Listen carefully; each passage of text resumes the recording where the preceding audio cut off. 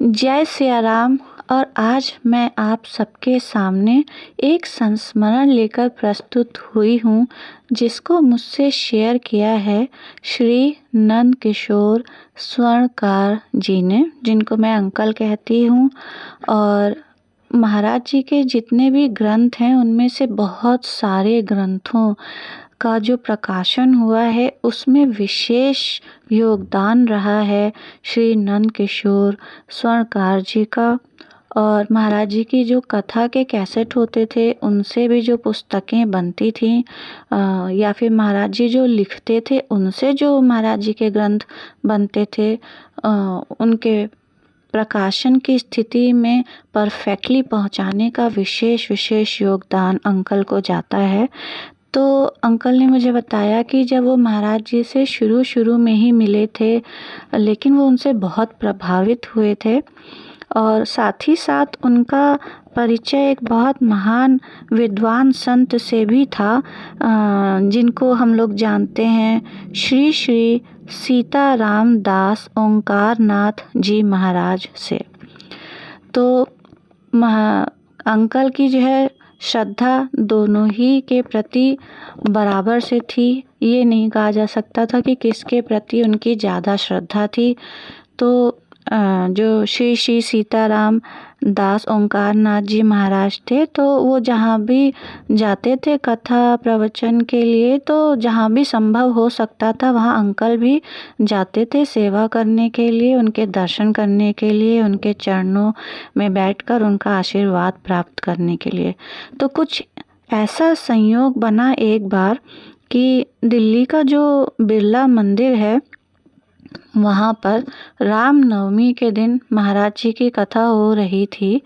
और उसी के बगल में कुछ दूरी पर श्री सीताराम ओंकारनाथ बाबा एक टेंट में रह रहे थे अपने जो है शिष्यों के साथ। वहाँ नाम संकीर्तन होता था और बहुत अच्छा एक वहाँ पर भी संगति होती थी, सत्संगति होती थी।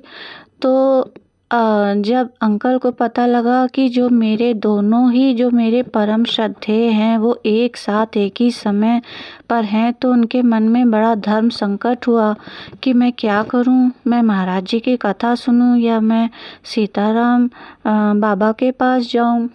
तो उनके मन में ये इच्छा हुई कि क्या ऐसा हो सकता है कि मैं बाबा के चरणों में बैठकर और महाराज जी की कथा सुन पाऊँ। लेकिन उन्होंने किसी से कहा नहीं था ऐसा कुछ भी। और वो जो है अब बाबा के पास पहले गए, तो वहाँ तो जैसा कि बताया प्रॉपर संकीर्तन होता था, लेकिन वहाँ उन्होंने देखा कि बाबा दोनों हाथ उठा के अपनी बंगाली भाषा में सबसे चुप रहने का रिक्वेस्ट कर रहे थे या आदेश दे रहे थे, जैसे भी आप कहें। और वो खुद परम पूज्य योग तुलसी श्री राम किंकर जी महाराज को सुनना चाहते थे, और उन्होंने सबको शांत कराया और अंकल उनके चरणों में बैठकर महाराज जी की कथा सुन पाए। और इससे मतलब उनको इतनी खुशी हुई कि शायद उसको अनुभव कर पाना हमारे आपके लिए उतना संभव तो नहीं होगा, फिर भी काफ़ी हद तक हम इस पल को चाहें तो महसूस कर सकते हैं कि कितनी ज़्यादा खुशी हुई होगी। और मुझे ऐसा लगता है कि इसके अलावा मैं इस बात पर भी फोकस करना चाहती हूँ कि सीताराम दास ओंकार नाथ जी महाराज जो थे, वो कोई मामूली संत नहीं थे और बहुत बड़े संत थे।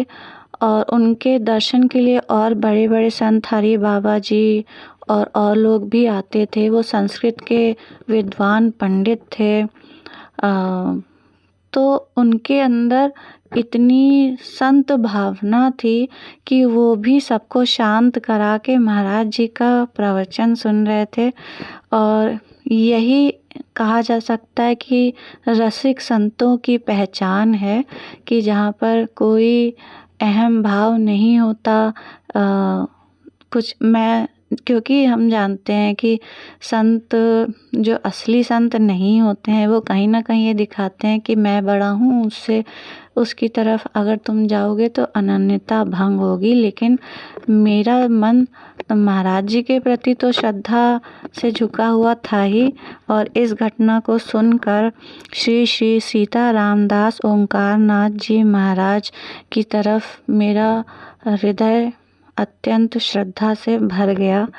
और इसी तरीके से मैं आगे भी आपके सामने और संस्मरण लेकर प्रस्तुत होती रहूँगी। तो आज के लिए इतना ही। बोलिए जय सिया राम। सद्गुरुदेव भगवान की जय।